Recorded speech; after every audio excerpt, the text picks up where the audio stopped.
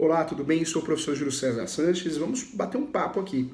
Professor Júlio, perguntaram para mim na pós-graduação, existe uso capião nos Estados Unidos? Claro que os institutos, as fundamentações são outras, né? O direito americano ele tem uma particularidade muito grande, né? Existe sim. Inclusive foi divulgado há pouco tempo atrás um brasileiro que entrou numa mansão e não conseguiram tirar ele dessa mansão, da posse, né, do uso dessa mansão, porque existia uma ação de uso capião que inclusive ele ganhou. Então existe o uso capião, um instituto, claro que com características um pouco diferentes, mas existe o uso capião nos Estados Unidos também, e um grande exemplo que nós temos, sim, é esse brasileiro que ficou com a casa, né, essa mansão nos Estados Unidos, explicando de forma geral.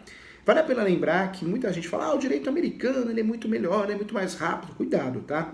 Nós temos aí mecanismos diferentes. O direito americano, Estados Unidos da América, existe sim uma entrega mais séria em relação a resultados nos processos cíveis e também nos processos criminais, porém é um processo muito mais oneroso, muito mais caro.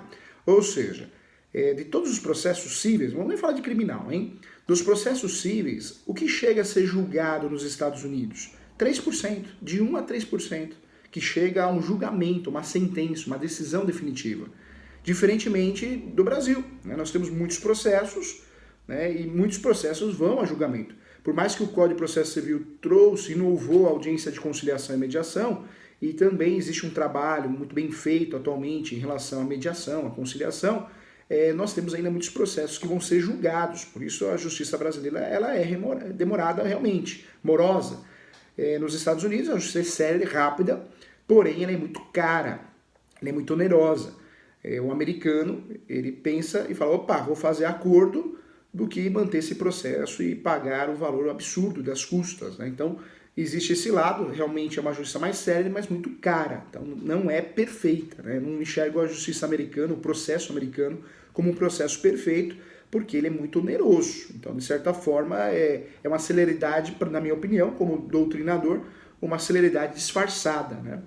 Em relação ao uso capião, existe o Instituto de Uso Capião, existem regras diferentes, mas fato que isso é utilizado sim, e já foi utilizado e ficou um exemplo famoso na mídia do brasileiro que ganhou, né, uma ação de uso capião nos Estados Unidos de uma mansão. Então existe sim, tá? Então a pergunta que foi feita, eu estou respondendo aqui.